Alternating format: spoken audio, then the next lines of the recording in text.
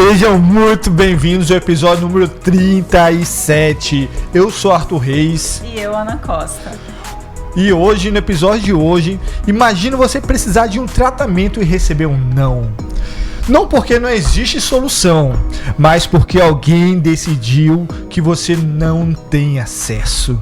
E o mais preocupante é que muita gente nem sabe disso e que o não pode ser contestado. Que existe um caminho, existe um direito e é exatamente aí que tudo muda. Porque quando o sistema falha, alguém precisa entrar em cena. Não só porque tem conhecimento, mas com propósito. Hoje a gente vai conhecer a história de um profissional que encontrou sentido justamente nesse lugar, defendendo quem mais precisa e lutando por algo que você deveria ser o básico: acesso à saúde. Seja muito bem-vindo, Mariana Butkovski. Isso mesmo. Saiu ali o sobrenome, mas saiu, gente. Quase que não maravilha. Esse sobrenome rico, assim, de pessoas ricas, tem esse... De pessoas importantes, né? É diferente. Só sobrenome. Mas, Helena, fala pra gente como que você chegou a esse ramo, que é bem específico, aliás. É, muito específico. Eu costumo dizer que eu não gosto de ser advogada. Eu gosto de ser advogada da saúde, porque eu nunca quis ser advogada. Então eu tinha ali os 17 anos, tinha que escolher alguma coisa pra fazer. Eu não sabia, porque eu não gostava da área de matemática, eu não gostava da área de biologia. O que eu vou fazer? Daí eu pensei, vou fazer direito, porque tem muitas portas depois, concurso público, enfim. E aí eu fui fazendo a faculdade, não me encontrava, que área, não gosto, não me via como advogada porque eu sempre fui muito tímida, então eu tinha aquela figura do advogado, tem que ser alguém destemido, persuasivo. Não sou assim. E aí eu fiz um estágio na Defensoria Pública e eu me apaixonei. Aí eu falei, vou ser defensora pública, por conta da vulnerabilidade social daquelas pessoas, era muito gratificante. Então eu entendi que eu gostaria de seguir com o direito, mas com algum propósito, e esse propósito tinha que me vincular a pessoas, ajudar pessoas de alguma forma. E aí eu fui seguindo por esse caminho, com essa ideia na cabeça. Mas que legal. Mas não começou aí o direito da saúde, foi em outra etapa. Foi um crescimento um momento ali. Posterior, entendi, que bacana. E como que foi chegando nessa área? Na parte da saúde. Como que chegou assim? Você fez ali a advocacia, conseguiu, terminou o curso, fez a prova da OAB. Isso. E depois, como que foi essa virada assim? Não, agora eu quero no ramo da saúde. Porque é um diferencial, é um ramo bem específico. Direito da saúde não é uma disciplina na faculdade, então a gente estuda de forma geral, dentro de direito constitucional. A saúde é direito de todos, dever do Estado. O básico. Tá lá na Constituição, é isso. Não é uma disciplina. E aí, quando eu me formei, veio a pandemia. E aí eu falei, eu vou tirar esse tempo para estudar para um concurso público. E aí, como eu não queria ficar 100% parada, precisava também pela questão financeira, eu prestei uma prova para uma residência jurídica, que é como se fosse uma pós, né? Tem uma pós-graduação envolvida, é só um nome diferente, na Procuradoria-Geral do Estado. E quando aí eu passei na prova, entrei, e aí eu fui designada para o núcleo de saúde, para atuar como uma procuradora em demandas de saúde. Aí lá como é que era? A pessoa entrava com uma ação judicial contra o Estado, né, através ali do SUS, para obter algum serviço, algum medicamento, tratamento, e eu fazia a defesa do Estado, então eu estava pelo Estado.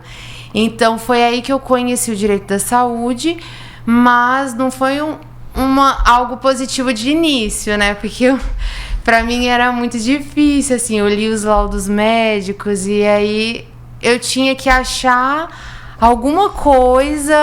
Pra impedir. Alguma brechinha pra, exatamente, impedir. Mas o bom é que eu trabalhei com uma procuradora excepcional e realmente tinha casos que a gente nem fazia a defesa do Estado porque a gente via, não, essa pessoa realmente precisa e ela tem os critérios disso daqui.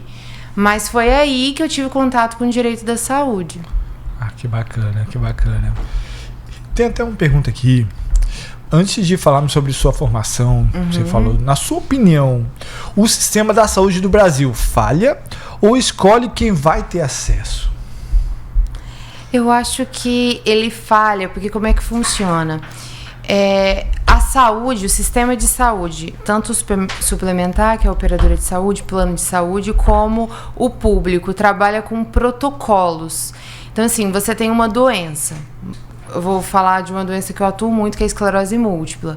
Você é diagnosticado com esclerose múltipla. O seu médico passou um medicamento. Ele vai ter aquela análise individual de você.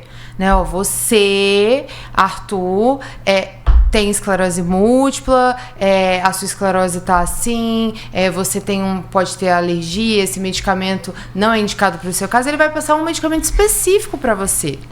E aí, quando ele vai lá na operadora de saúde ou no SUS, fala, olha aqui, meu médico passou esse remédio, eles vão analisar um protocolo, que nada mais é que uma lista que vai dizer, não, você tem essa doença, a primeira medicação que você tem que usar é essa daqui que está no protocolo. Se ela der errado, você vai usar a segunda. Se a segunda der errado, você vai usar entendeu? Então, se o medicamento que o médico passou como primeira opção tiver na terceira, ali no protocolo... Não é liberado. Não é liberado.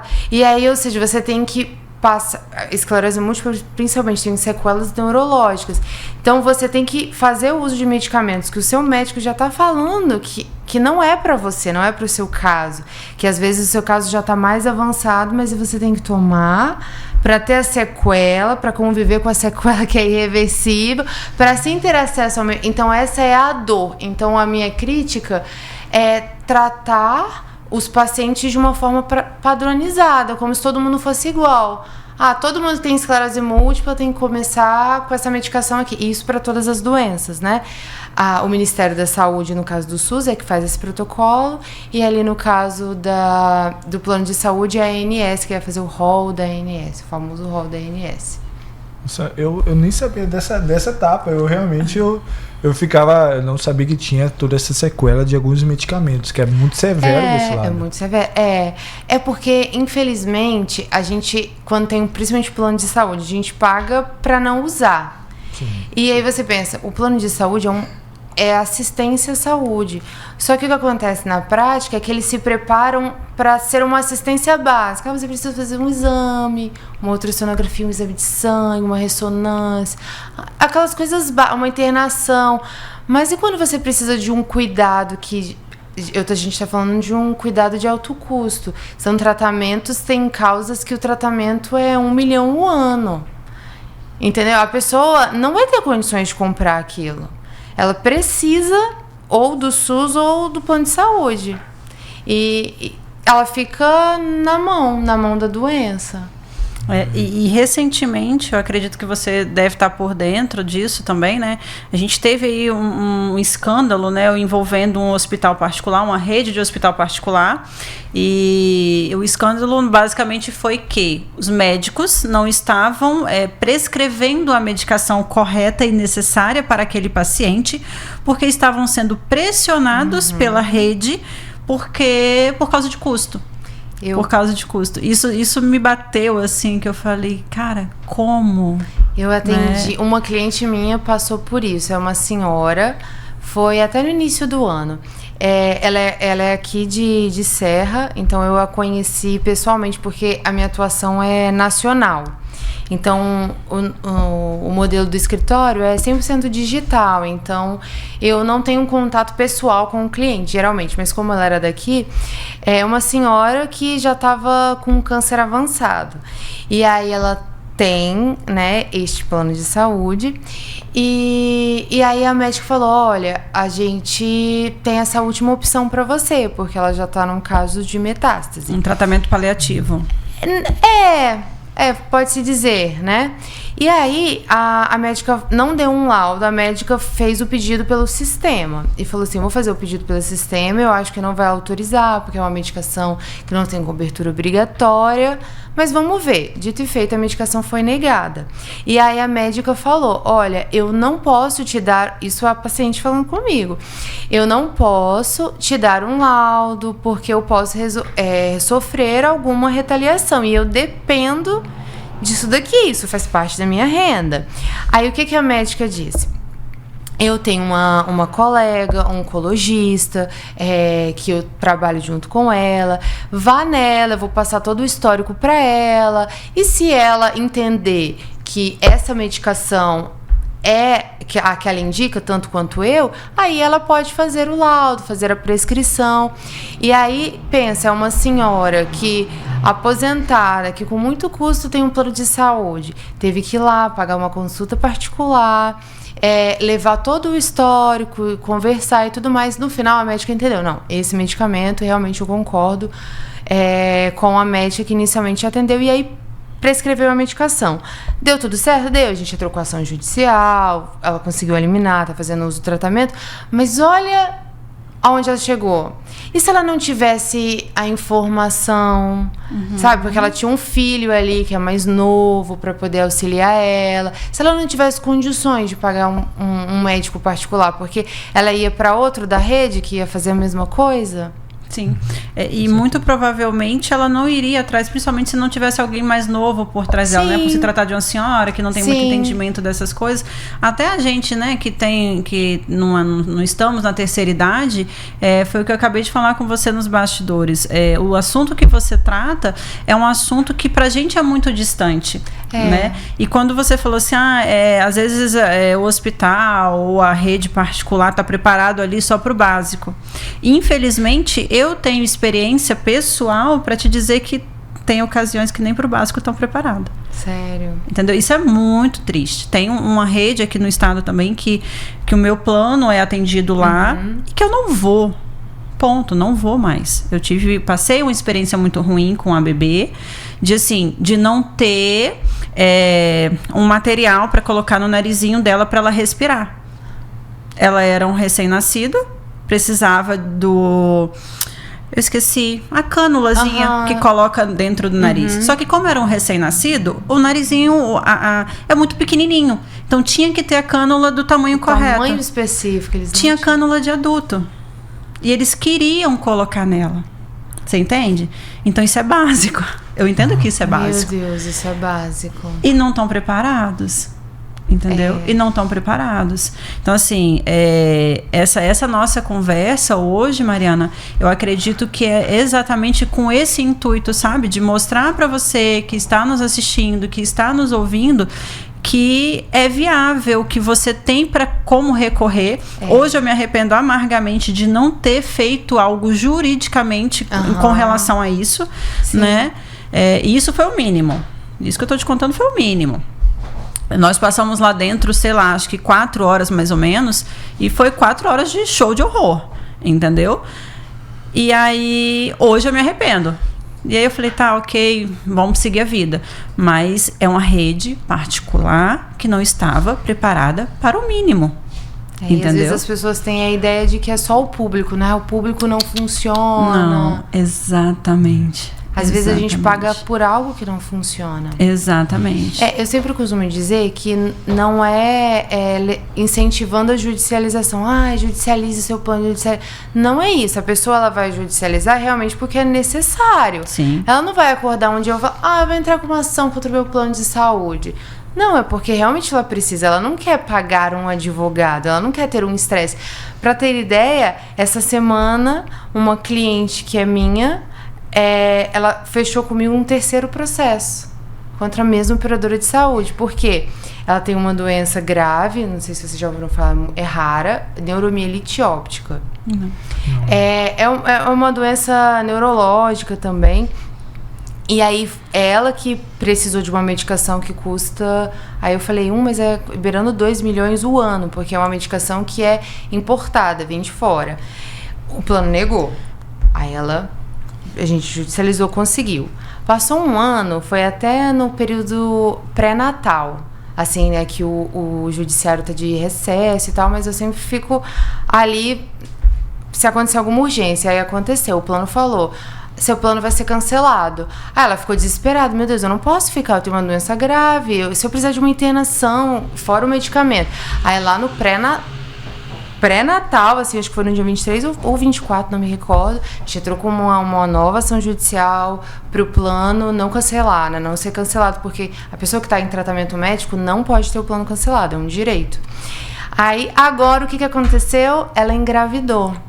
E aí, ela já veio de um histórico, assim, bem delicado, porque para engravidar, ela precisou abrir mão do tratamento, porque o tratamento, o medicamento que ela toma, que é a cada 6 meses, poderia gerar uma má formação.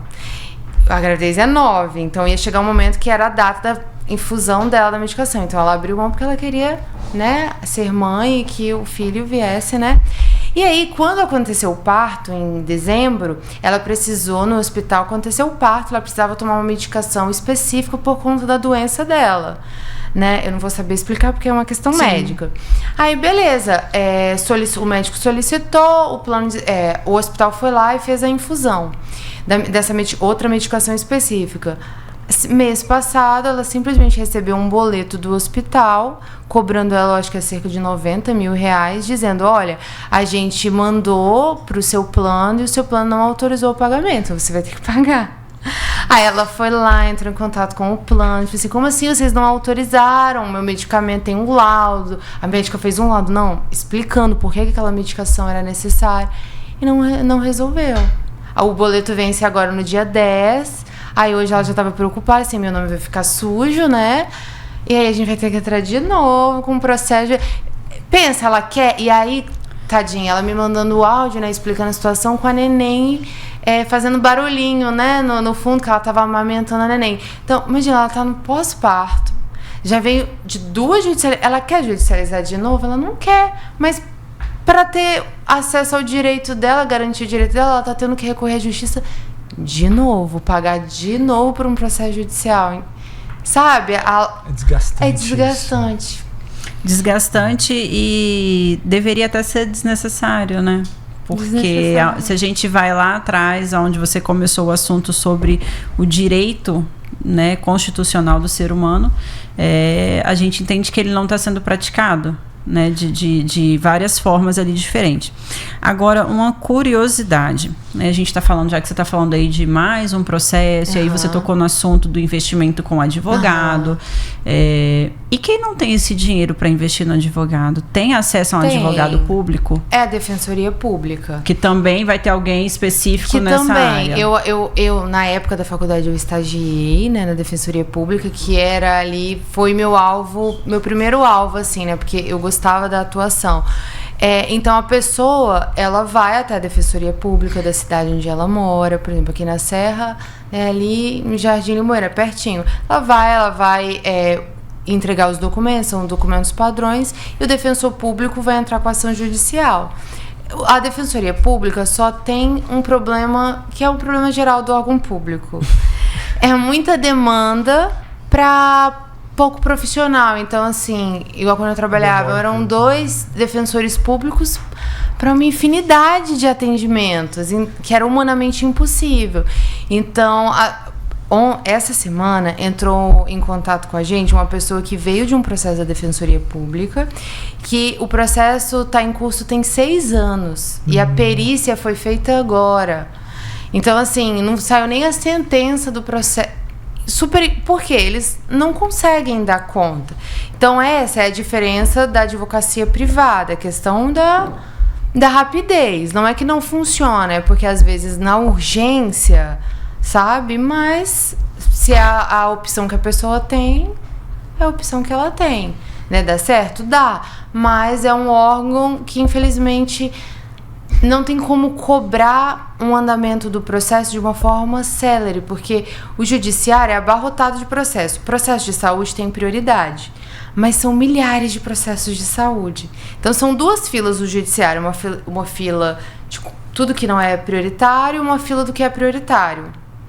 E eles vão seguindo ali a cronologia. A diferença olha, é um caso urgente, você entra em contato com a vara e fala, olha, protocolei um caso urgente, essa questão é assim, essa pessoa precisa da medicação, ela tá correndo risco, acelera, coloca pro juiz analisar logo, e aí que faz o processo andar, entendeu? E, infelizmente, o órgão público não vai ter uma equipe para fazer isso, entendeu? Esse é o problema. E eu acho que não seria nem viável para eles, né? Montar uma equipe grande para ir contra eles é um negócio meio complicado, assim, né? Assim, acaba não tendo essa influência, assim, porque são órgãos, assim, independentes ali.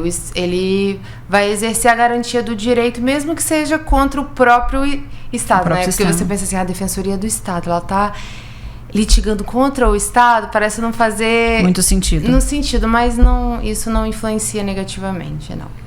Entendi.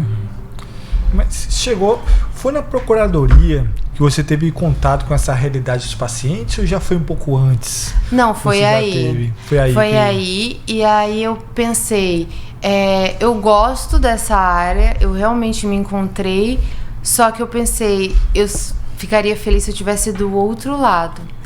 E aí foi ali que mudou a visão sua.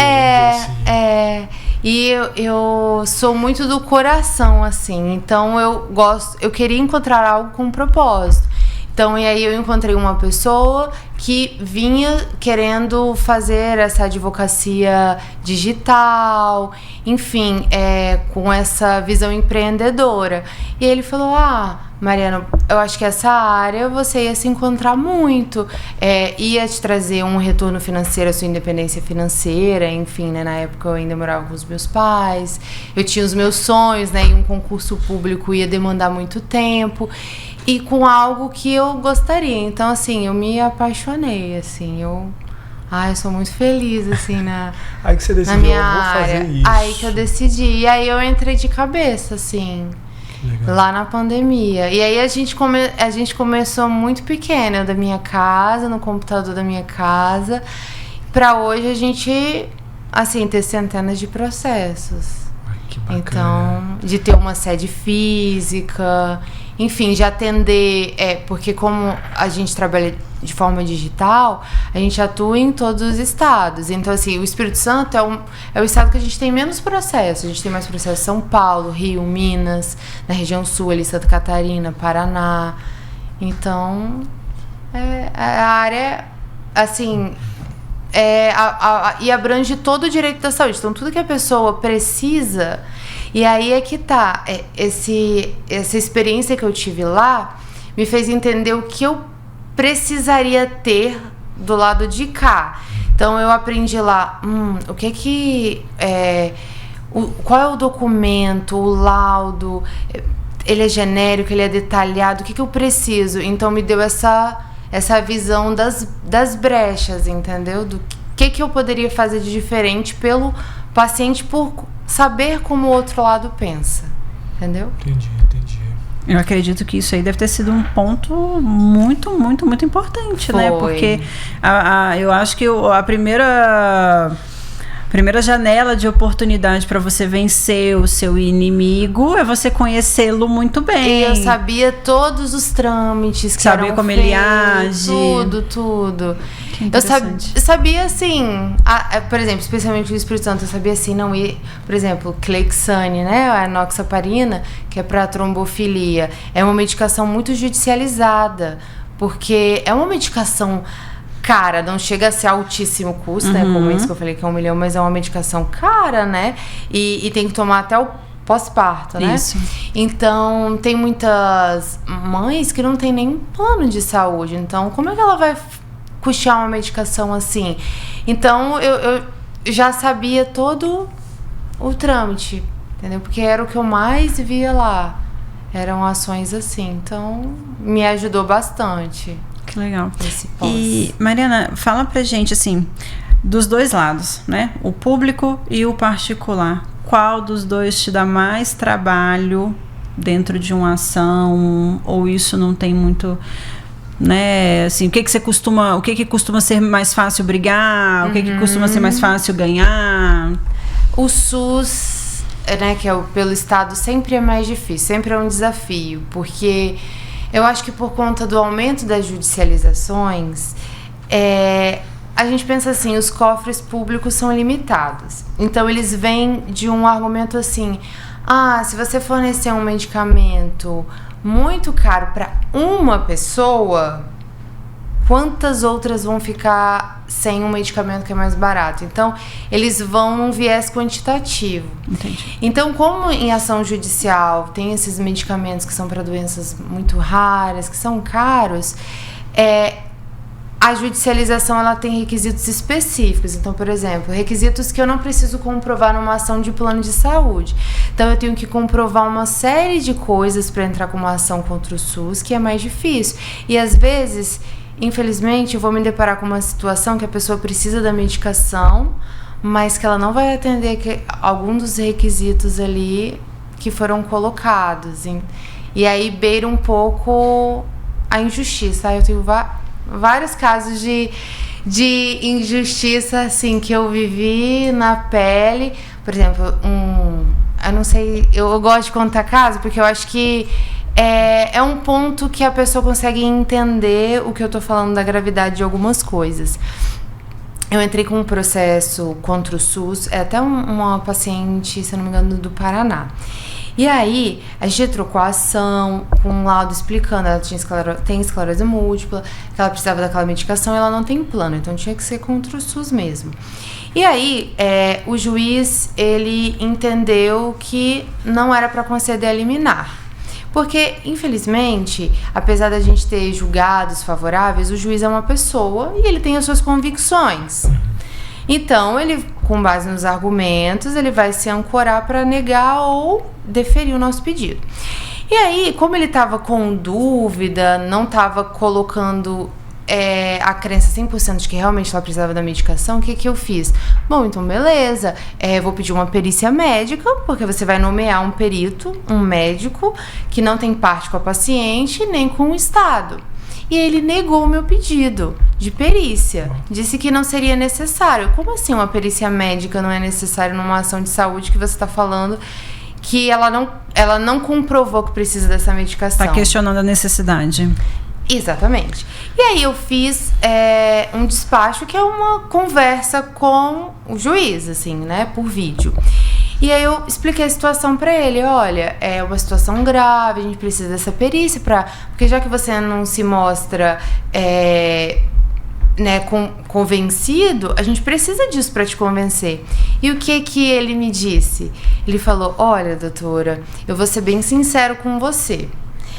A ação é pelo Estado, a parte tem justiça gratuita, então quem paga pela perícia, o honorário do médico, é o Estado, e a gente tem um orçamento aqui.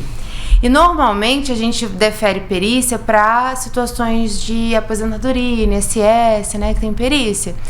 Então, eu vou verificar novamente, ver se realmente é necessário, não posso te adiantar minha decisão, mas você acompanha lá. Ele manteve e indeferiu a perícia.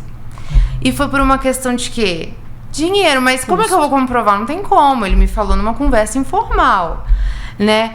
E aí, o que eu tive que fazer? Eu tive que recorrer. Olha o tempo, sabe? Enquanto eu isso, levei pro tribunal, sofrendo. consegui reverter. O tribunal desembargador entendeu que tinha que fazer a perícia, o processo voltou e determinou a realização da perícia. Mas foram meses. E eu não posso fazer nada, entendeu? Porque o processo tem que seguir um procedimento. Então, claro, isso não é o padrão. Mas existem situações, assim, de injustiça que a gente fica assim... Imagina como eu fiquei depois, eu fiquei assim, como é que eu vou falar pra paciente isso?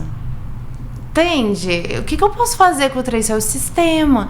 Então o SUS sempre vai ser mais difícil. Não é impossível, mas sempre é mais difícil, é mais desafiador. E esse protocolo de tratamento que você citou lá no começo, ele é nacional, ele serve tanto para o SUS quanto para a rede particular? Ele interfere nos dois? Não, é diferente. Do SUS é o protocolo que o Ministério da Saúde faz. Plano de saúde é a ANS que faz, que é o rol que a gente chama de lista da ANS, que ela coloca ali os procedimentos que as operadoras são obrigatórias a fornecer sem discussão. E detalhe, eles negam até o que está na lista, tá? E aí tem um protocolo também, né? Uma linha, assim, tratamento de primeira linha, que é o primeiro e segundo. Só que do plano de saúde é muito mais simples. O entendimento da justiça é que, mesmo que não tenha na lista, se tiver uma comprovação de eficácia científica da medicação, se tem um laudo detalhado que demonstra que a paciente precisa daquele, não daqueles que estão no protocolo, ou de seguir aquela ordem, é possível conseguir. No SUS também, só que é mais burocrático, a documentação tem que ser muito mais detalhada do que, por exemplo, uma documentação do plano de saúde, né? Requisitos. Existe também um órgão dentro do Ministério da Saúde que é chamado CONITEC, que é uma comissão que, assim, alguém faz o pedido para uma medicação ser incorporada no SUS. Aí a CONITEC, essa comissão, vai analisar. Aí ela tem um grupo de pessoas, médicos, enfim, que vão analisar. Só que eles analisam duas coisas, não só a eficácia científica, o impacto orçamentário também. Então tem medicações que elas não são incorporadas no SUS pelo impacto orçamentário que vai acontecer, entendeu? E esse parecer da CONITEC é levado muito em consideração pelo judiciário. Entendeu? Então a nossa briga olha, a medicação ela não foi incorporada no SUS, não porque não tem eficácia científica, mas é porque a CONITEC considerou um impacto financeiro, de que seria muito caro pro cofre. Então, essa que é a maior dificuldade, entendeu? Imagina. Pelo SUS. Realmente, hoje também tem muita gente que recebe negativa de tratamento ou medicamento. Como que a pessoa que está assistindo lá de casa vai saber que realmente isso é legal ou é abusivo? Basta ela entender e ter um laudo no sentido de que ela precisa daquilo. A partir do momento que ela tem um laudo, um médico que fala, olha, não é uma opção. Você pode tomar esse ou esse medicamento. Não, você tem que tomar esse medicamento. Esse medicamento é importante, é o único que você pode e deve tomar, e ela pede na Secretaria do Estado, ou ela pede no plano de saúde e ela é negada, a partir daí a gente pode ver a viabilidade de recorrer judicialmente. E eu sempre falo, o não a gente já tem, ele já foi dado. Às vezes a pessoa fica assim, isso não der certo, mas o não você já tem, é a sua saúde.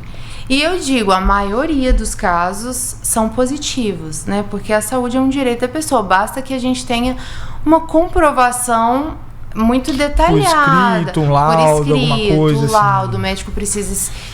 ele não pode só solicita tal medicação. Isso não demonstra que é essencial. Ele precisa escrever sobre o caso da paciente. Olha, a paciente tem essa doença, tem esse histórico, ela tem que tomar esse medicamento por isso, por isso, por isso, sob pena de ter esses prejuízos. E é o que muitos médicos credenciados a plano não querem fazer para não se queimarem, entendeu?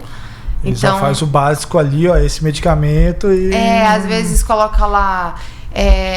algo muito simples, solicito, enfim. E para esses médicos, como que a gente produz? O que a gente fala para ele? Não, coloca o detalhado, como que a gente procede? O que a gente orienta? A gente fala com o paciente, olha, converse com o seu médico e, claro, o médico ele tem que escrever aquilo que é real. Se ele realmente entende que aquilo é urgente, que aquela é a única alternativa, converse com ele para que ele coloque, né? Porque isso vai te ajudar. Agora, claro que se não for, não essa é uma opção, mas você tem outra, aí, né? Não vai ser realmente um direito da pessoa ter aquele medicamento se o próprio médico está dizendo que não é a única alternativa. Mas assim, a justiça ela tem um entendimento de que quem sabe o tratamento viável é um médico. Não é a operadora de saúde. Esses dias até viralizou um julgamento no STJ que falava sobre isso, para criança autista, que a criança autista precisa de terapias multidisciplinares e o plano não tem rede credenciada suficiente. Nossa, assim, a campeã de ação judicial é família típica. E aí, o que ela fala, né, no voto dela, no julgamento? Ela fala assim, quando o médico fala, tantas gotas dessa medicação, o paciente vai lá e toma. Ninguém questiona. Então, se o médico tá falando, essa criança precisa de 3 sessões por semana disso, 2 disso, 3 disso, não sou eu, que sou formada em direito, que vou falar que não, eu não sou médica. Então, não. E aí ela fala isso, não é o plano de saúde que vai dizer, não, é muita terapia pra você, vou te passar menos. Qual é a formação dele? Ele tem competência de prescrever, sabe? E aí fica tudo naquela estratégia. Às vezes ele tenta fazer com que o paciente passe no médico credenciado, para o médico credenciado passar aquilo que ele vai liberar, entendeu? Mas aí é um ponto até que eu gosto de ressaltar. Não importa se o médico é conveniado ou particular, não muda a obrigação do plano de saúde ou do SUS de fornecer. Você não precisa passar por um médico do plano de saúde ou passar por um médico do SUS para ter acesso ao seu tratamento, entendeu? Então, assim, você pode ter um acompanhamento particular e o seu médico particular ele continua sendo médico. Ele prescreveu aquela medicação. Entendi. Então, uma pessoa de casa, se você está passando por essa situação, já sabe o que fazer, realmente. Exatamente. E já fala seu underline, Mariana. Mariana Butkovski, que tem que colocar que a gente... Olha, escreve direitinho, tá? Vai estar aqui embaixo. Olha aí, vai estar aqui embaixo o Instagram dela. Se você tiver dúvida, pode chamar também no privado. Se tiver alguma dúvida, pode chamar. Ela vai te atender. Tenho dúvida sobre tal coisa. A gente no escritório também não cobra consultoria, tipo... a pessoa não chega, não, a gente analisa e vê, e aí a gente sempre vê se realmente tem viabilidade. Se realmente, igual a gente estava falando, se realmente aquele tratamento é essencial, é necessário, a gente vai fazer a análise de tudo, vai orientar. Às vezes a pessoa ainda nem teve uma negativa, mas ela pesquisou, viu que geralmente o plano nega, ela já quer saber se negar, o que eu faço? Aí a gente explica todo o caminho, né? Entendi. Mariana, a gente está falando aqui também de casos grandes, né? Mas eu sinto falta de uma realidade que eu acredito que é da maioria das pessoas, o seguinte. Vou me colocar num cenário aqui, tá? Eu sou CLT, eu tenho um plano de saúde porque eu trabalho numa empresa e eles me dão isso e eu consigo, né, ter acesso a esse plano de saúde. Mas financeiramente eu não consigo custear nada que o plano de saúde me oriente, como por exemplo o básico mesmo, estou passando mal, saí do atendimento com a receita com 5 medicações. Eu não tenho esse dinheiro para comprar essas medicações. Eu posso ter acesso às medicações através do SUS? Se isso é possível, eu posso pegar essa receita particular e buscar a medicação pelo SUS? Sim. E se isso é possível, como que eu faço isso? Sim, por exemplo, tem pessoas que... Porque assim, o SUS, ele tem seus defeitos, mas ele é maravilhoso, porque ele tem muita medicação disponível. E ele funciona do jeito que, infelizmente, ele consegue pela alta demanda, vamos dizer assim. Mas, por exemplo, o meu pai é uma pessoa que tem plano de saúde e tem diabetes. Ele pode, ao invés de comprar a medicação, pegar o medicamento dele pelo SUS, que é um medicamento que é fornecido. Então, a pessoa não é porque ela tem plano de saúde que ela não pode ter acesso. O que ela precisa comprovar é que ela não tem condições de custear esse tratamento. Algo que a gente não precisa comprovar no plano. No plano você pode ser milionário. Você tem condições de pagar a sua medicação que o plano negou, mas é um direito seu ter acesso ao tratamento pelo plano, independente se você tem condições ou não. Pelo SUS, não. Você tem que comprovar que a sua renda, que você não tem condições de comprar aquela medicação. Então, nesse caso, a pessoa ela tem um plano de saúde. O fato dela ter plano de saúde não afasta o direito dela de usar o SUS. O SUS é um direito de todos os cidadãos. Todo mundo, até estrangeiro que vem aqui consegue ter acesso. Para todos, tem plano de saúde ou não. Mas essa questão de medicamentos, basta você comprovar a sua renda. E aí, se você não conseguir comprar e o SUS não te fornecer, é viável sim. Você pode sim judicializar contra tanto o plano de saúde contra o SUS, ambos. Mas só tentando esclarecer um pouquinho mais. Eu preciso dessa medicação para começar a tomar amanhã. Eu tô com a virose. né? E o médico passou lá o básico, né? Um remédio para febre, um remédio para descongestionar, um xarope. Realmente eu não tenho como marcar com isso. Eu pego essa receita, eu vou em algum lugar. Você tem que ir geralmente na UBS, que é do SUS, né? O posto ali. Cada bairro ali. Unidade Básica de Saúde. Exato, UBS. Eu falei assim. UBS, eu falei, rapaz, que é isso? Eu não tô sabendo. Isso, Unidade Básica de Saúde. Porque Posto de saúde de bairro. Isso, porque eles têm esses medicamentos que você está citando, que são medicamentos comuns, né? Não são medicamentos. Eles têm em estoque, então você consegue. Entendi. Agora, medicamentos que são mais complexos, você não vai conseguir de forma imediata, porque vai ter um procedimento que eles vão verificar a prescrição, tudo, né? Vai passar por um procedimento específico. Agora, esses medicamentos básicos, eu consigo ter acesso de forma mais fácil, mais rápida. Sim, legal. Porque no plano de saúde você não vai conseguir esse tipo de medicação, só se você estiver internada sim. e tomar a medicação lá ali em regime ambulatorial. Aí eles vão ter e o plano vai custear. Mas para você ir lá na farmácia, o medicamento que você pode comprar na farmácia, assim, medicamentos comuns, aí o plano não cobre, não tem essa cobertura. Sim, legal. A minha questão é basicamente essa mesmo, porque a gente sabe que a maioria da população, né? A maioria da população que tem acesso a um plano de saúde, muitas vezes é proveniente de onde ela trabalha. E aí, às vezes, é uma pessoa que recebe um salário mínimo, que divide aquilo ali já para trocentas outras coisas. A enoxaparina para trombofilia é um grande exemplo. O SUS fornece o Clexane, né, enoxaparina. Só que ele tem critérios bem rigorosos, assim, que você tem que comprovar as mutações específicas lá. E o plano não fornece. Então, tem gente que tem um acompanhamento com obstetra, tudo no plano.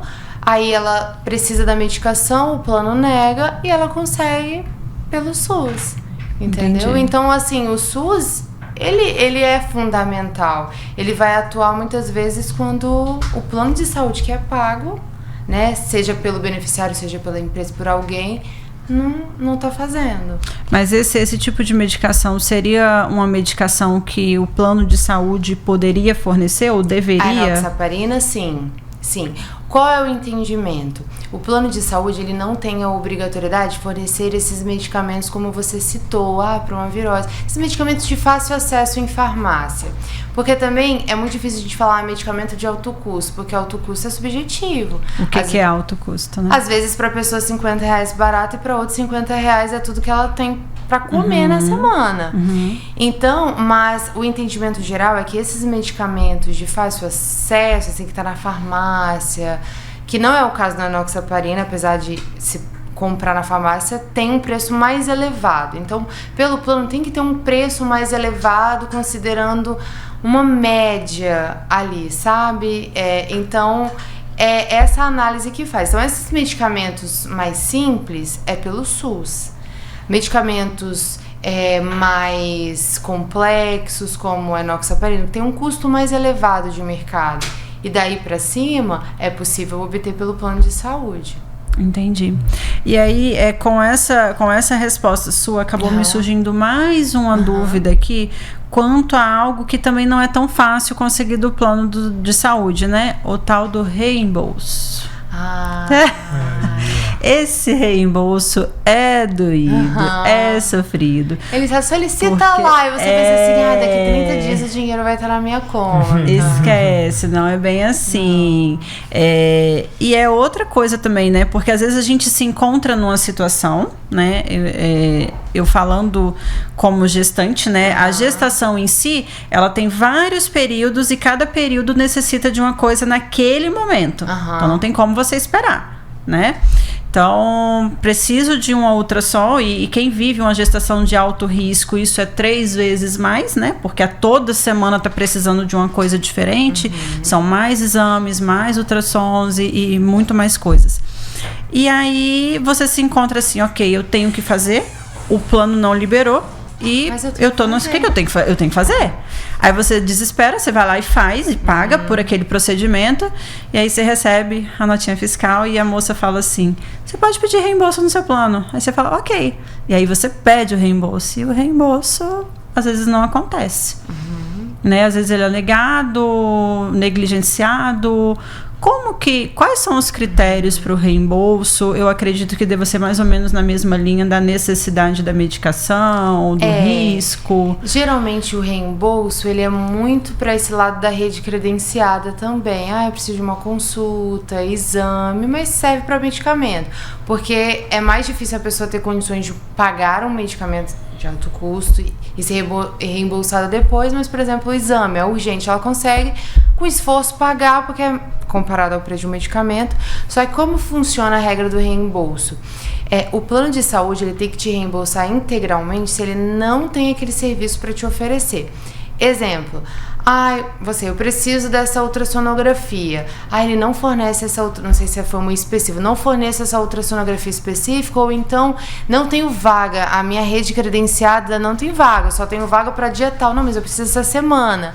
Que nesse caso ele tem que te reembolsar integralmente, porque ele não tinha o serviço para te oferecer naquele momento, e naquele momento você precisava. Então o que você precisa de documento? Você precisa do laudo médico dizendo que você precisa daquele exame, o encaminhamento, a comprovação de que o plano não tinha para te ofertar. Então, por exemplo,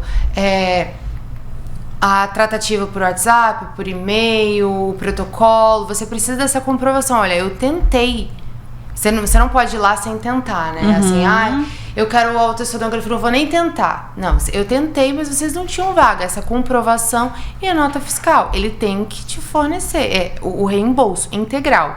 Agora, se você, por exemplo, acontece às vezes da especialidade, eu preciso de uma consulta nessa especialidade, mas eu não gosto do médico que tem na rede credenciada, eu quero ir no meu de confiança, no particular. Nesse caso, o reembolso não é integral, ele é parcial, porque foi uma escolha, assim, o plano tem para te oferecer, mas você optou por ir fora. Aí, parcial quanto? Depende do que está no contrato do plano. Geralmente, é um reembolso por volta de 30% a 20%. Então, o que mais acontece? Ou o plano negar o reembolso, te falando, não, eu tinha na rede credenciada, sim. Ou ele paga parte, falando, você que escolheu, né? Eu tinha aqui, você escolheu, eu vou te pagar aqui 20%, 30% do valor que você custeou. Então, e a medicação é a mesma coisa, você precisava da medicação. Aí na medicação, ao invés de ter essa comprovação de que a rede credenciada que tinha clínica credenciada, enfim, que não tinha vaga, ou que não tinha aquele serviço em específico, você vai ter a negativa, né, do tratamento. Mas aí, se você tem a negativa, às vezes é melhor você já entrar com um pedido liminar para ter aquele fornecimento direto pelo plano de saúde, para você não ter o trabalho de pagar a medicação, pedir o reembolso, porque se ele já te negou o medicamento, ele vai te negar o reembolso também. Entendeu? Porque ele vai dar a mesma justificativa da negativa. Eu não vou te reembolsar porque... Né? Mas essa questão da rede credenciada, quando a pessoa precisa de uma consulta, de um exame, ele sempre vai falar, quando ele nega, eu tenho na minha rede credenciada. Aí o paciente, o beneficiário precisa comprovar, não, mas eu tentei. Que não teve acesso. Não tive acesso. Tem que ter essa comprovação. E essa comprovação é importante porque se negar, é possível judicializar. O que acontece é que às vezes a pessoa deixa pra lá porque ela fala, o custo às vezes de um processo é maior até do que o próprio reembolso. Aí você entende a lógica às vezes? E aí o plano vai negando até que uma pessoa vai judicializar. E para o plano de saúde é muito mais caro um processo judicial. Só que qual é a lógica? Se eu negar para 1.000 e 100 pessoas judicializarem, eu só vou fornecer para 100 pessoas. Estão no lucro ainda. Entendeu?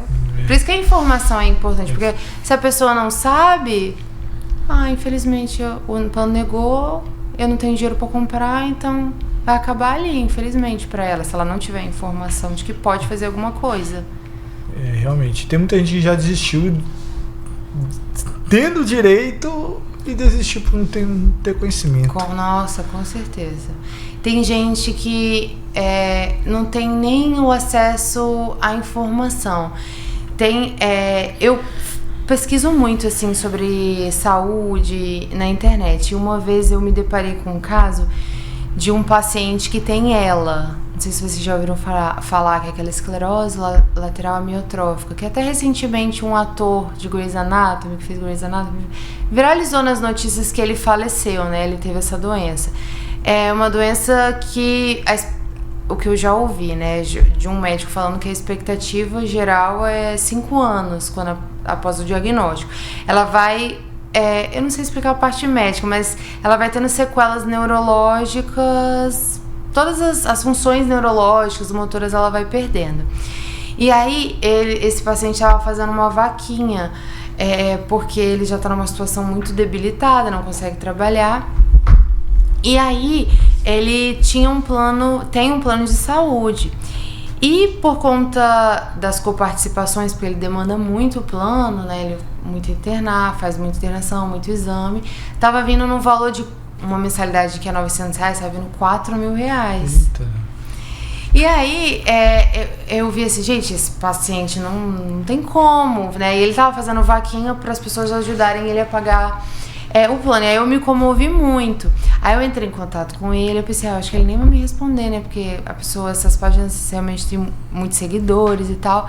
E aí eu conheci a história dele, ele é lá do interior do Rio Grande do Sul, se não me engano é Rio Grande do Sul.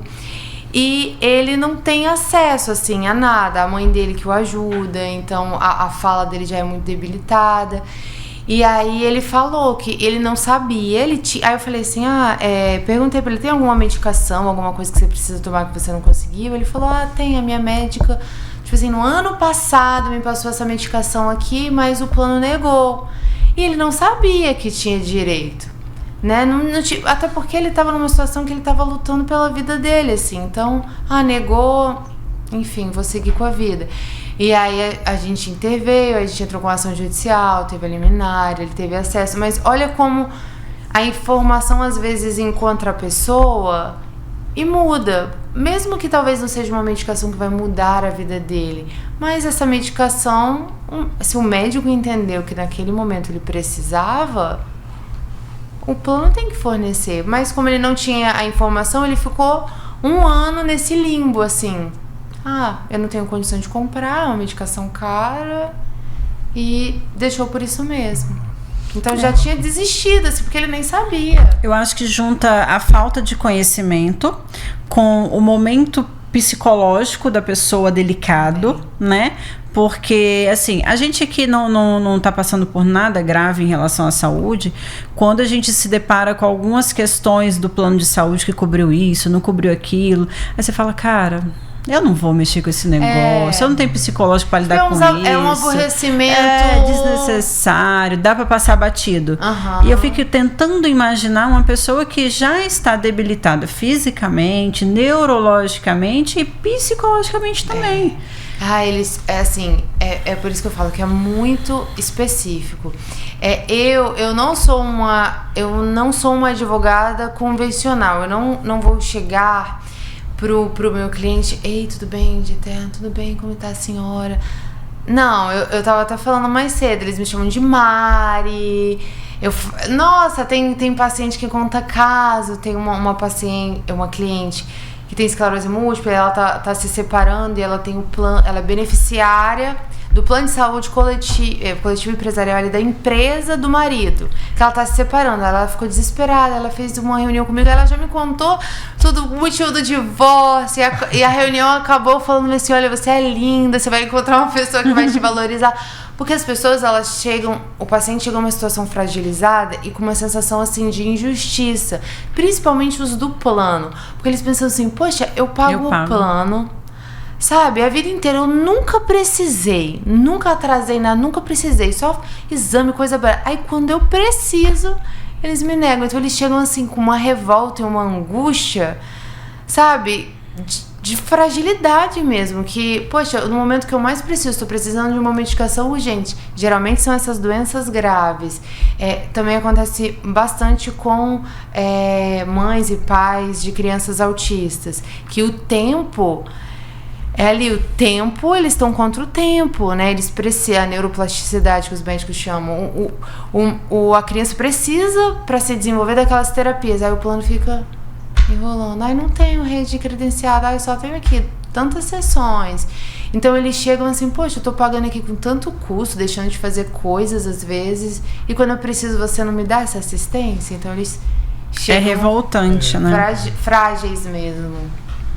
Realmente. E conta pra gente, existe algo que os planos ou a própria sistema de saúde não fala, que todo mundo precisa saber? Que ela tem direito ao tratamento que o médico prescreveu, não ao que está padronizado ali pela listagem deles. Então eles fazem crer que eles têm que fornecer aquilo que está no protocolo. E o paciente às vezes acredita nisso. E não, o entendimento não é esse, o entendimento da justiça não é esse, que quem, é aquilo que eu falei no início, que quem determina é o médico que acompanha o paciente. Se ele acompanha, ele conhece a individualidade, ele sabe o que é necessário, quem é você, plano, ou quem sou eu, juiz, ou quem é qualquer um para dizer que não? Então esse é o entendimento, não é porque o plano ou o SUS disse não, que aquilo é definitivo. Muitas vezes tem solução. Mariana, eu acho que eu já sei a resposta, né? Mas você acredita que essas negativas, né? Pelo SUS a gente já sabe, você já falou algumas vezes aí que envolve o cofre público, né?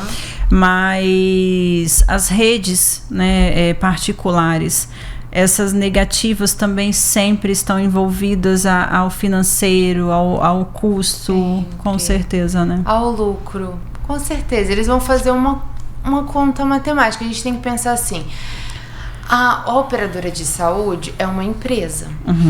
Então é um negócio para ela, só que o negócio dela é a saúde de alguém. Então eles vão fazer um cálculo de quanto que esse tratamento vai me custar. E recentemente, foi no mês passado, eu até fiz um vídeo sobre, que teve uma reunião envolvendo a ANS. E aí, numa entrevista, uma pessoa que trabalha lá dentro, então ela era uma pessoa favorável ao plano de saúde. Ela disse assim, o beneficiário tem que decidir que plano que ele vai pagar. Ele tem que entender que o plano que ele contrata é um plano básico. Não é um plano que vai fornecer um tratamento de alto custo. Porque se for assim, ele vai ter que pagar mais por isso. Só que o que a gente vê? A gente vê nos telões, nos outdoors aí, uma venda de um sonho. Ai, plano, assistência à sua saúde, 199, não sei o quê. Qual é a mensagem que você está passando para a pessoa? Olha, tudo que você vai precisar, por esse valor que você está pagando, eu vou te fornecer. Aí depois não, quando você precisa, eles falam, não, mas a conta não fecha. Você paga isso e quer um medicamento de tal valor, aí é uma bola de neve, porque o que eles fazem, o que tem acontecido demais, reajustes abusivos de mensalidade, que acaba fazendo com que muitas vezes isso expulse o beneficiário, porque chega a um patamar que ele não consegue pagar aquele plano mais. Certeza. Porque eles não querem pagar a conta daquilo. Então eles vão repassar para o próprio beneficiário. Então, assim, eles não são vítimas, igual a Apvida, é um plano muito famoso, que é um plano que tem, assim, dispara em questão de lucros. E é o plano que a gente vê mais judicialização. Mas que nega tudo. Aí você pensa assim, ele nega tudo, tadinho, porque ele não tem coisa. Não, ele tá lá no alto nos lucros. Sabe? Porque, infelizmente, vai ver a questão financeira, vai ver um número, né? O que pra gente não tem preço, que é a nossa saúde, pra eles é só preço. Infelizmente. É só um dígito. É complicado. E teve algum caso que te marcou? Aquele que você não esquece até hoje? São muitos, positivos e negativos. Mas, recentemente, o caso que me marcou muito foi da minha avó, acredita? Um parente próximo. Nossa. Porque eu pude usar a minha profissão para uma das pessoas da minha família.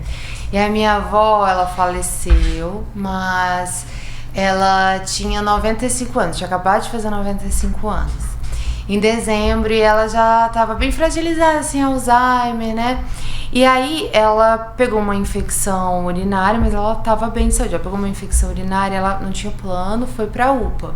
Foi no carnaval. E lá ela ficou 4 dias esperando uma vaga, porque não tinha. E aí quando acharam uma vaga, a vaga que tinha era lá em Colatina. Aí pensa, as filhas da minha avó já eram pessoas de idade, né? Porque minha avó tinha 95 anos.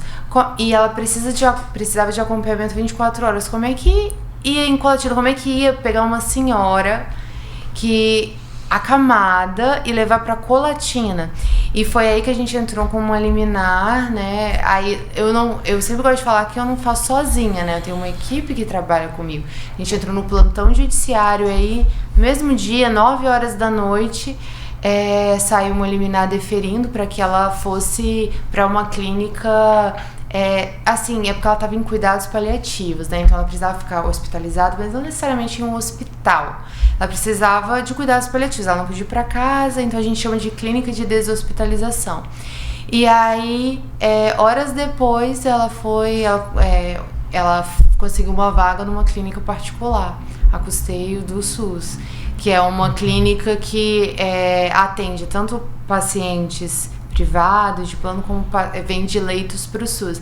Então, assim, foi um dos recentes mais marcantes, assim, que eu pude ver, né, depois, por outras questões, ela não resistiu, mas, assim, pude cuidar com a minha profissão.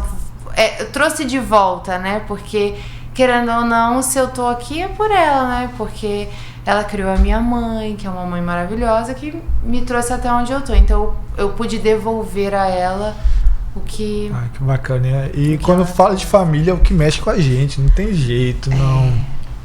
E eu acho que assim, de outros casos assim, positivos, geralmente envolvem mãe atípica, mãe de criança autista, porque... Mãe, você é a mãe, né? Mãe, se você faz algo de bom pro filho, a mãe... Então, assim, tem mãe que envia vídeo da criança na terapia e mostra, olha, meu filho... às vezes não falava uma palavra, eles têm problema de seletividade alimentar, não comia. E aí tá fazendo a terapia, evoluiu. Então, assim, poder... Todos os casos eu acho que são especiais, mas poder ver realmente, caramba... Deu certo, a pessoa realmente teve aquilo que precisava, ela tá bem agora. É aquela questão do propósito, né? Te motiva. Eu acredito. Esses dias eu tava pensando a respeito dessas mães, né? Eu fiquei pensando, eu falei, Senhor, essas mães com essas crianças, né? Com tantas questões neurológicas e eu achei uma coisa muito comum entre elas. Uhum. E que foi algo que me fez questionar a saúde pública e a rede privada também, né? Elas precisam de tratamento tanto quanto as crianças.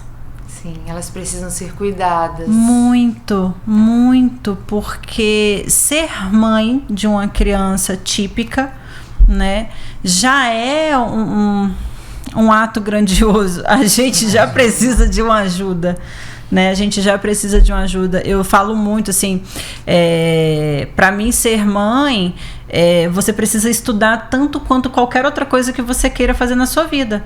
Você precisa estudar sobre uma gestação, você precisa estudar sobre a criação de uma criança, você precisa ter um acompanhamento de um profissional, se assim você achar que é necessário. Inclusive, esses dias eu recebi uma mensagem, um SMS, né, do meu plano de saúde. Como a minha gestação é de alto risco e eu passei por alguns abortos recentes por causa da trombofilia, eles me mandaram uma mensagem oferecendo um apoio psicológico. Ai, que eu legal. Achei isso muito legal. A gente fala mal, mas a gente tem que falar bem. Tem um negócio bom também da história. Quando eu vi, e foi SMS, a gente nem olha SMS, né? Só que eu tenho um toquezinho que eu não gosto de ver caixa. Eu não gosto de ver caixa cheia. E aí, volta e meia, eu dou uma puladinha lá na caixa de SMS e vou apagando as coisas. E aí eu bati o olho e falei, Nossa, que interessante. Então, assim, eles olharam para o meu histórico de aborto, de gestação com alto risco e entenderam que eu sou uma possível paciente que precisa de um apoio psicológico por causa disso. Não lembrou só do filho, né? Lembra exatamente. Da mãe. Eu achei isso muito legal, muito interessante. E também, e aí foi quando eu fiquei pensando também, me veio na mente, nessas mães de crianças atípicas, que eu falei, gente, essas mulheres precisam de ajuda. Porque elas são, nossa, assim, é muito triste mesmo. Porque, como você disse, a mãe já tem todo o trabalho, enfim, a mãe é atípica e ela vê que o filho dela pode se desenvolver muito bem, é só ele ter aquele tratamento e ela, assim, tá na mão dela, mas escapar, o plano ou o SUS que for não está fornecendo, geralmente é pelo plano de saúde, né? As terapias assim que mais nos procuram. Imagina, ela sabe que aquilo é necessário e ela não tem. Aí ela vê o filho assim, passando, né, que eles falam da janela, né, da de janela. Oportunidades de tratamento, né? Elas sofrem muito, assim, é muito triste, é muito triste. Esses dias eu fiz um podcast com a Mais, né, que é para crianças autistas, e aí a gente falou sobre educação, porque essas crianças, elas também precisam ir à escola, óbvio, né, porque tem gente que acha que não, que é escola especial, não, é escola normal. Só que tem crianças que precisam de um apoio, né, na escola, precisa de um mediador, de um acompanhante para estar com elas. E aí é outra luta, porque não é só a luta na saúde, não. Porque de nada adianta a criança ir para a escola quando ela é um suporte, né? Tem um suporte a mais, suporte 3, enfim. E ela não tem ninguém para estar lá com ela. Aí ela se desregula, é até pior. E a mãe precisa se preocupar, sabe? Ela precisa se preocupar em todos os ambientes que a criança vai. Porque é negativa de um lado, negativa de outro. É uma luta sem fim. Recentemente a gente teve um caso que viralizou no Instagram, né? Se eu não estiver enganada, o nome dela é Mariana. Não sei se você viu. De um áudio. Isso, que ela fala do cabelo, que não lava o cabelo tem não sei quanto tempo. Eu vi aquilo ali, sim. Eu olhei assim e falei, cara, essa mulher precisa de um tratamento psicológico até mais do que aquela criança precisa. Eu posso te dizer, não é exagero, tá? Eu sei, eu acredito. É sensacionalista, não. Eu acredito, porque teve uma hora que ela... E aí, chega a ser cômico, assim, né? Porque ela tem um sotaque muito engraçado. E ela usa um linguajar também muito engraçado. E acabou se tornando uma situação dolorosa, mas que ficou engraçado também. Ficou um meme, né? Mas por trás do meme tem muita uma dor muito grande. Ou seja, para uma mãe não conseguir lavar o cabelo há dias, imagina. Exatamente. Ela não consegue fazer o básico por ela. Por quê? Porque ela tá fazendo tudo pelo filho. E aquela criança precisa dela. Minimamente bem. Que ela é a referência. Exatamente. Eu lembro que teve uma fala dela que ela falou assim, eu preciso fazer com... E ela tem uma bebezinha, né? Além do menino, que também é novo. Acho que ele tem 4 anos, 3, 4 anos. E ela fala assim, a maior parte do dia eu passo tentando manter a bebê viva. Porque se eu me afasto, ele faz alguma coisa com essa menina e mata ela. Olha que loucura. E essa mulher precisa de um amparo. E a forma que ela falou, você vê que a dor dela já tá tão assim vivida. Exato. Que ela não chora. Ela fala de uma forma assim, já aceitei, parece, já... E são casos que infelizmente está com uma demanda muito grande dentro da nossa sociedade nos últimos tempos, né? Surgiu assim numa quantidade exacerbada e a gente percebe que o sistema de saúde não estava preparado para isso e não está se preparando. É pior ainda. Tempo, né? Exatamente. Isso é recente, mas é um recente que já dava para todo mundo ter se ajustado minimamente ali, né? E acaba sendo realmente uma rede complexa de que falta a assistência da saúde em todos os âmbitos. Você falou da escola realmente essa criança precisa estar numa escola, mas ela também precisa de acompanhamento específico dentro da escola, dependendo do suporte. Mas a pessoa também que vai dar suporte para ela também precisa de um acompanhamento na saúde. Porque você pega também muitas professoras que lidam com essas crianças que não estão mais no seu nível de normalidade psicológica, entendeu? Então, você olha para uma saúde e você vê ela devendo tudo a todo mundo o tempo todo. É isso, muito triste. É o sistema como um todo. É muito triste, entendeu? Aí um não consegue fazer pelo outro porque ele não tem o que ele precisa. Ele mesmo precisa. Exatamente. Ele não tem. É difícil. A mãe com quem eu fiz o podcast até perguntou: o Estado me obriga a matricular, né? Eu sou obrigada a matricular meu filho na escola, porque senão o Conselho Tutelar pode tirar. Mas eu deixo ele lá e ele fica totalmente assim, ó. Não tem ninguém. Ninguém tem o que fazer com ele. Ninguém sabe o que fazer. Enquanto as crianças estão fazendo as atividades, ele tá às vezes com uma estagiária, só tomando o tempo dele. Distraindo ele. Tentando, e muitas vezes não consegue, né? Porque tem mães, porque assim, tem gente que acha que criança autista é tudo igual, e não é. E aí as mães, elas têm o trabalho de dizer, olha, meu filho não gosta disso, isso desregula, e eles querem tratar todo mundo com padrão. Não tem aquela questão de se especializar, individualizar, mas às vezes eles mesmos não têm esse direcionamento que eles deveriam ter por parte de outro órgão, de alguém, e aí vira um ciclo que ninguém tem o que precisa. E a gente acaba tendo a visão de que todo o resto não funciona porque a saúde não está funcionando. E mais uma vez, né, como fala a Constituição, é o básico do ser humano, né, o acesso à saúde. E daí vem todo o decorrer de uma vida tranquila, né? A gente é pautado nisso, né? A gente precisa estar bem fisicamente, psicologicamente, uma mãe precisa estar bem para cuidar dos seus filhos, as crianças precisam estar bem para a mãe poder trabalhar, e é uma cadeia. E aí se falta saúde, todo o resto desanda. E ontem foi o Dia Mundial da Saúde, né? E aí no Instagram, todas as páginas, a página da ANS, por exemplo, a página do Supremo Tribunal Federal, todas as páginas, né, de órgãos fazem a festa. O Dia Mundial da Saúde, falando esse discurso, a saúde é direito de todos, dever do Estado, tá aqui na Constituição, tá aqui na legislação.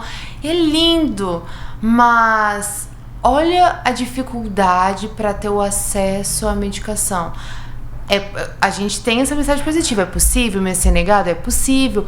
Mas será que o paciente deveria passar por uma judicialização, por toda essa dor de cabeça, enfim, toda essa burocracia para ter acesso a algo que o médico já disse, olha, sabe, forneça a medicação. E aí, foi no início da semana, assim, tem uns casos que geralmente os casos que marcam a gente são os casos tristes, né? A gente entrou com uma ação em dezembro, no início de dezembro, para uma senhora com câncer, e a tratativa sempre foi com o esposo dela, né? Que, nossa, uma pessoa muito querida, assim. Aí, entramos com um processo judicial, e aí foi um juiz que ficou pedindo documentos inúteis, era pelo SUS e tal. E aí até que ele deferiu a liminar, e ele foi pegar a medicação que ficou disponível no carnaval. No carnaval? Não, minto. Na semana passada, né? No feriado da Páscoa. E ele mandou mensagem, mandou foto, acabei de retirar a medicação, que é um comprimido. E aí, na segunda-feira, eu liguei pra ele pra saber se deu tudo certo, quantas caixas ele pegou, quanto seria necessário novas caixas, já ficou com uma data pra ele voltar, estava tudo certo, eu precisava me informar no processo. E ele falou assim, ai, desculpa, eu não tive tempo de falar, mas a fulana de tal teve uma piora, ela foi internada, eu acabei de sair do cemitério, ela faleceu. Nossa. E nem tomou a medicação. Essa era a minha próxima pergunta. Exatamente. E aí eu fiquei assim, né, você fica assim, o que eu respondo? E ele ainda, com toda a humildade dele, ele ainda falou bem assim, não, mas muito obrigado, tá, por tudo que vocês fizeram.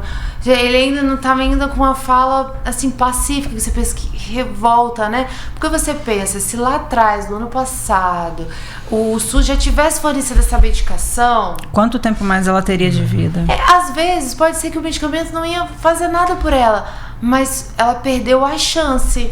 Ela nem usou a medicação, ela perdeu uma chance de tentar mais uma vez. A chance sempre vai ficar, e se ela tivesse tomado? Se ela tivesse, ano passado, tivesse tido acesso a essa medicação? Então, assim, no final, a gente sim garantiu o direito dela, ela pegou lá a medicação, mas e a burocracia que ela passou? O tempo que ela teve que esperar? Ela não teve tempo. E aí, muito bonito ter lá na legislação aqui o seu direito ao Dia Mundial da Saúde. Um dia antes do Dia Mundial da Saúde eu recebi a notícia, né? Que aí todo mundo tava falando lá. Que coisa bonita eu poderia falar, entendeu? Então, assim... Aí fica essa crítica, porque a burocracia ela é importante. Porque a burocracia ela vai botar critérios, né? Vai regularizar. É um regulamento. Toda empresa, tudo na vida faz tem sentido. Um regulamento. Mas a ponto de perder o próprio sentido? Porque perdeu. A burocracia foi tanto que perdeu o sentido. A medicação, literalmente... não foi necessária mais. E na nossa mentalidade do dia a dia, né, a gente pensa assim, quando se trata da saúde, em 99% dos casos, ou em grande sua maioria, tem uma urgência. Né? O tempo é o amigo e o inimigo da pessoa que está ali esperando. Exatamente. Então tudo isso conta muito, né? Que eu te falei, essa seria a minha próxima pergunta, era exatamente sobre isso. Quantas pessoas que estão aguardando uma resposta de uma medicação, de um órgão, né? A gente está falando de medicação aqui, sim. Mas a gente sabe que tem uma fila enorme de pessoas aguardando transplante de órgão, tudo. Que também tem que correr atrás e falar, cara, eu preciso de um coração, porque senão Sim. eu vou morrer. E para essa pessoa ainda, a morte ela é muito mais eminente, né? Ela tá muito mais ali viva. E aí, considerando tudo o que já conversamos aqui, na sua opinião, o acesso à saúde hoje no Brasil é um direito ou um privilégio? Acho que é um privilégio, né? Em texto um direito, mas na prática é um privilégio. É uma sorte. É uma sorte.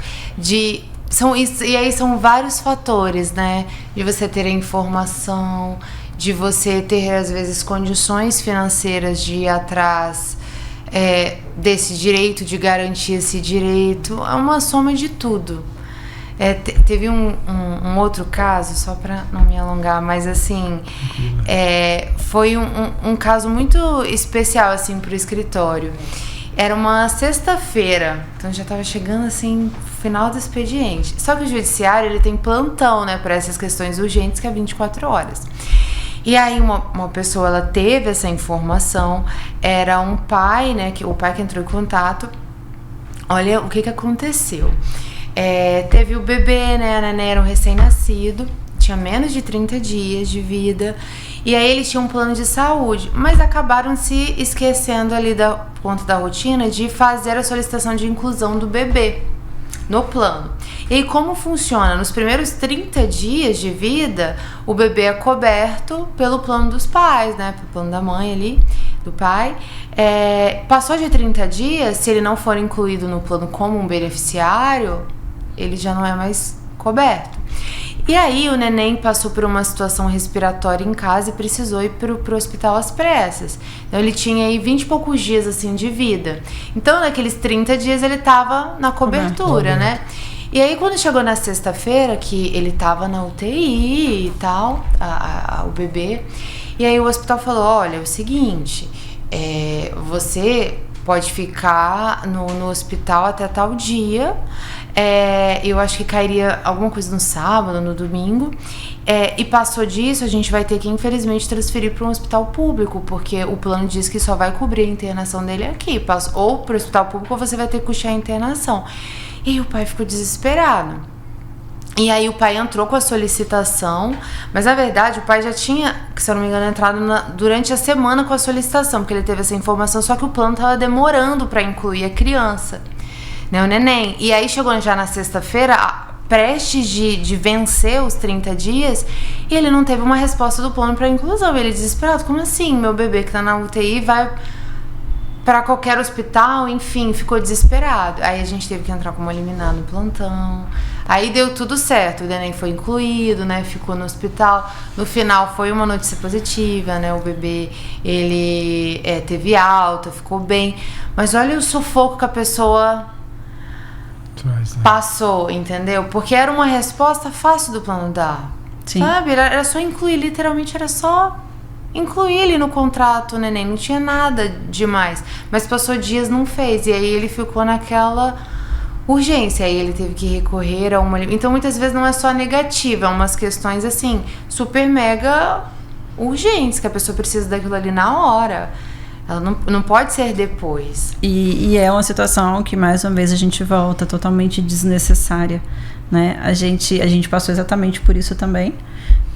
Dessa mesma forma. Problema respiratório, bronquiolite, neném na UTI. Foi essa. Bronquiolite.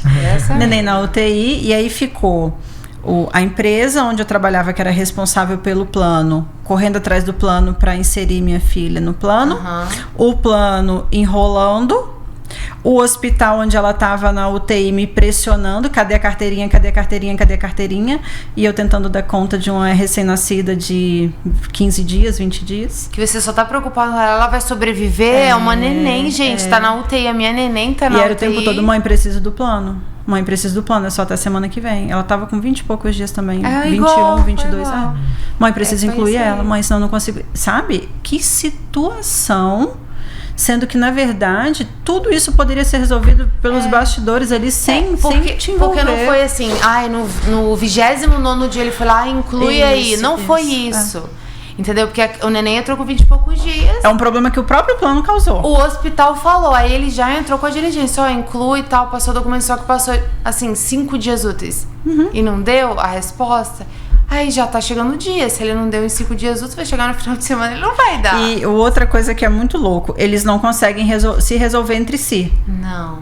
Eles não conseguem. Aí você fica igual uma louca entre você fala com aí depois você vai falar com outro que não tá sabendo. Não é aquela coisa da pessoa, sei lá, né? O coordenador do plantão liga pra parte administrativa do plano e fala assim, olha, tem um pedido aí da fulana de tal, você agiliza ele pra mim porque eu preciso aqui. Não. Aí você não sabe nem quem é. Eles mesmos não sabem quem é que tem que fazer a diligência. Eles não sabem de uma forma interna. Mas é isso. Aí você tá lá com um sofrimento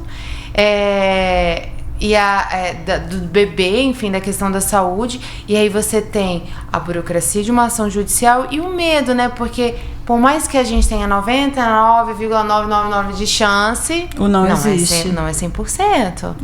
Né? Porque eu não posso garantir. Quem vai dar a decisão é o juiz, é uma pessoa.